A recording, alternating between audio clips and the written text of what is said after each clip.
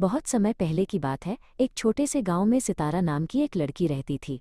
सितारा बहुत दयालु और मेहनती थी। वो दिन भर घर के काम करती, लेकिन कभी शिकायत नहीं करती थी। उसकी आंखों में हमेशा एक चमक और दिल में सबके लिए प्यार रहता था। सितारा की एक बड़ी बहन थी जिसका नाम माया था। माया हमेशा सितारा को हुक्म देती रहती थी। एक दिन महल से एक सिपाही आया और उसने बताया कि राजा ने एक बहुत बड़े उत्सव का आयोजन किया है। तुम नहीं जा सकती सितारा, तुम्हारे पास पहनने के लिए कुछ भी अच्छा नहीं है, माया ने चिढ़ाते हुए कहा। जब सब लोग उत्सव के लिए चले गए तो सितारा अकेली रह गई। वो खिड़की के पास बैठकर सितारों को देखने लगी।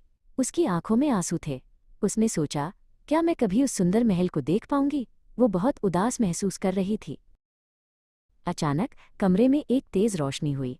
सितारा के सामने एक बूढ़ी औरत खड़ी थी जिन्हें सब जादुई दादी कहते थे। उन्होंने प्यार से सितारा के सिर पर हाथ रखा और कहा, रो मत मेरी बच्ची, तुम बहुत अच्छी हो और तुम आज रात उत्सव में जरूर जाओगी। जादुई दादी बगीचे में गईं। उन्होंने अपनी जादुई छड़ी एक बड़े कद्दू पर घुमाई। देखते ही देखते वो कद्दू एक सुनहरी और सुंदर गाड़ी में बदल गया। सितारा अपनी आंखों पर विश्वास नहीं कर पा रही थी। ये सब किसी सपने जैसा लग रहा था। फिर दादी ने सितारा की तरफ छड़ी घुमाई। सितारा के पुराने कपड़े एक बहुत ही सुंदर नीले रंग के गाउन में बदल गए। उसके पैरों में चमकते हुए शीशे जैसे जूते आ गए। याद रखना, दादी ने कहा, रात के 12 बजते ही ये सब जादू खत्म हो जाएगा।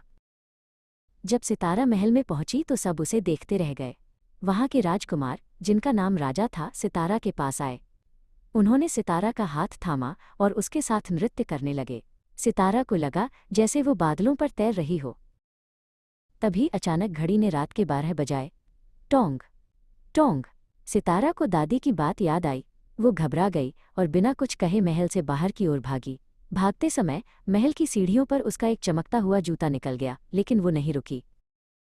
अगले दिन राजा ने पूरे राज्य में उस लड़की की तलाश शुरू की जिसका वो जूता था। वो सितारा के घर भी पहुंचे। सितारा की दूसरी बहन जिया ने उस जूते को पहनने की कोशिश की, लेकिन जूता उसके पैर के लिए बहुत छोटा था। राजा थोड़े निराश दिखे। अंत में सितारा आगे आई और उसने वह जूता पहना। वो उसके पैर में बिल्कुल फिट आ गया। राजा समझ गए कि यही वो दयालु लड़की है। राजा सितारा को अपने साथ महल ले गए और वे हमेशा खुशी खुशी रहने लगे।